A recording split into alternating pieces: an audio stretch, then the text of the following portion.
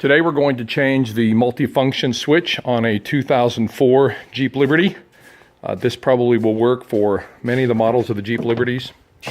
You can see here that on this vehicle the multifunctional switch is busted. This is the side that controls the windshield wipers. On this side you have the switch for the lights and the turn signals.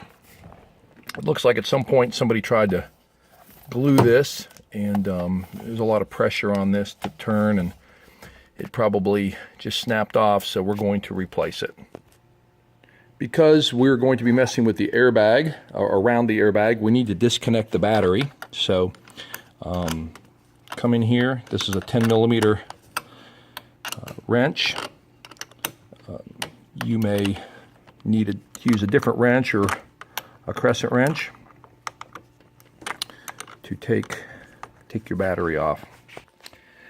Because you do not want the battery to activate the airbags, it's important that you get the positive here and the negative terminals, lines, cables completely removed. The battery has a stopper in it that keeps it from coming out, so I'm not going to bother with that. But you want to replace or remove the cables completely and make sure that they can't touch, and then you need to wait at least 2 minutes. And what that does is it powers down the memory unit. So if you're in a car accident and somehow the battery's disconnected, there's still a booster that allows the airbags to go off.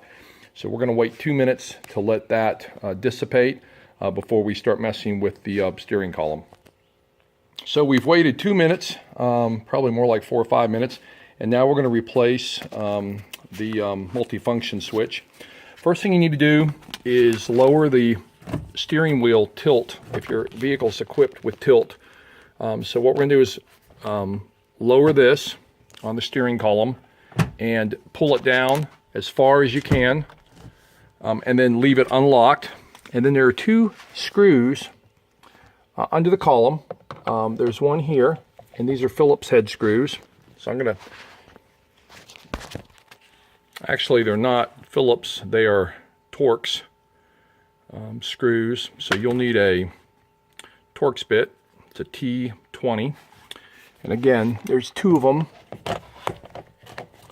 So put your Torx driver up in there until you get a bite on it, and then remove it completely.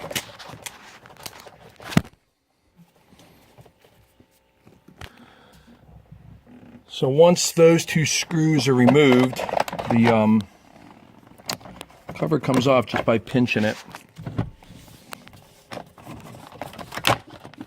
So you can remove the top and then remove the bottom piece.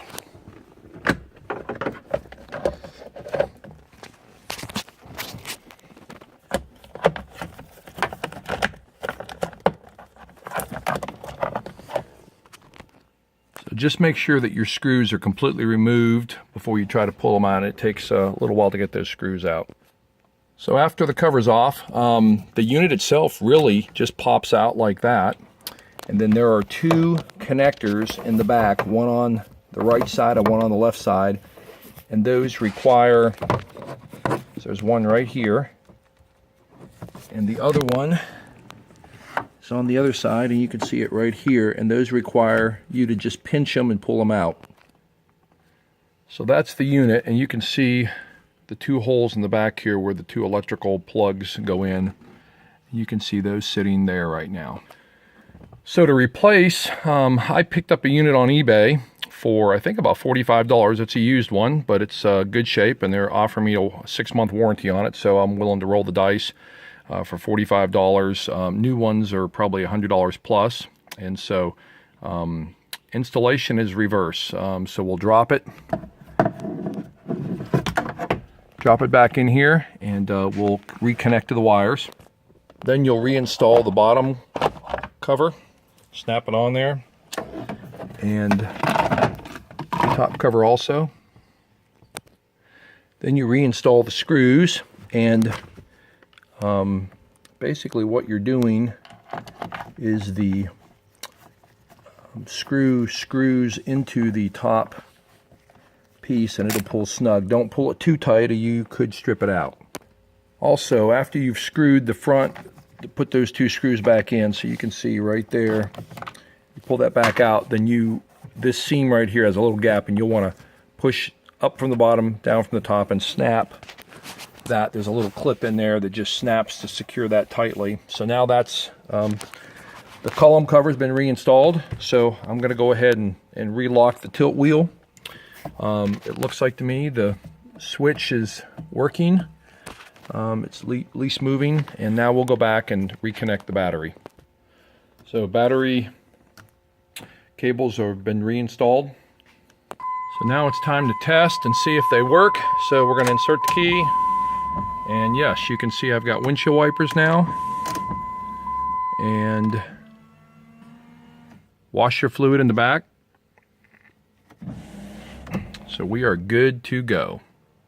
So that's how to install a multi-function switch on a 2002 to at least a 2004 Jeep Liberty.